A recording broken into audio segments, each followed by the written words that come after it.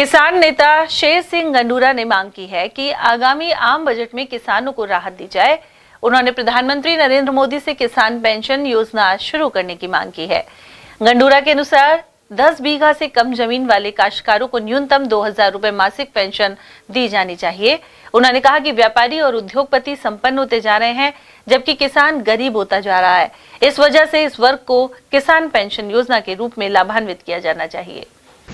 Sir, केंद्र और राज्य सरकार का बजट आने वाला है और किसानों के ऊपर काफ़ी समस्या है, क्या कहना चाहेंगे? इस बारे में मेरा विचार ये है कि इस देश की 70% आबादी गांव में रहती है और उस गांव में रहने वाली आबादी जो इस देश में नुकसान में है वो वही है कि किसान। और किसान को अब कम से कम 2000 रुपये मासिक एक पेंशन योजना बना दे सरकार, तो उसके कुछ परिवार को राहत मिले।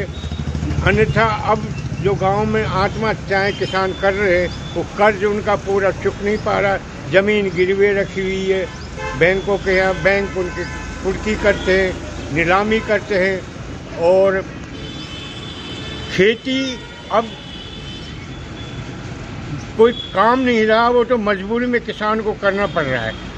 जबकि किसान इस देश का सबसे बड़ा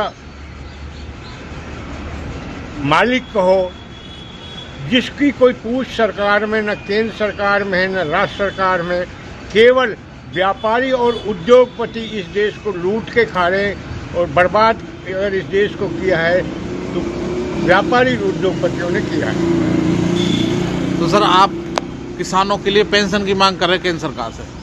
मैं तो ये कह रहा हूँ केंद्र सरकार एक योजना लाए सभी किसानों को जिनके पास 10 बीघा से कम ज़मीन है, सभी को पर मंथ कम से कम 2000, नहीं तो मैं तो कहता हूँ 4000 रुपये महीने भी अगर इनकी पेंशन कर दी जाए केंद्र सरकार की, तो इसमें सारा समाज किसान खुश होगा और केंद्र सरकार राज्य सरकार के साथ रहेगा।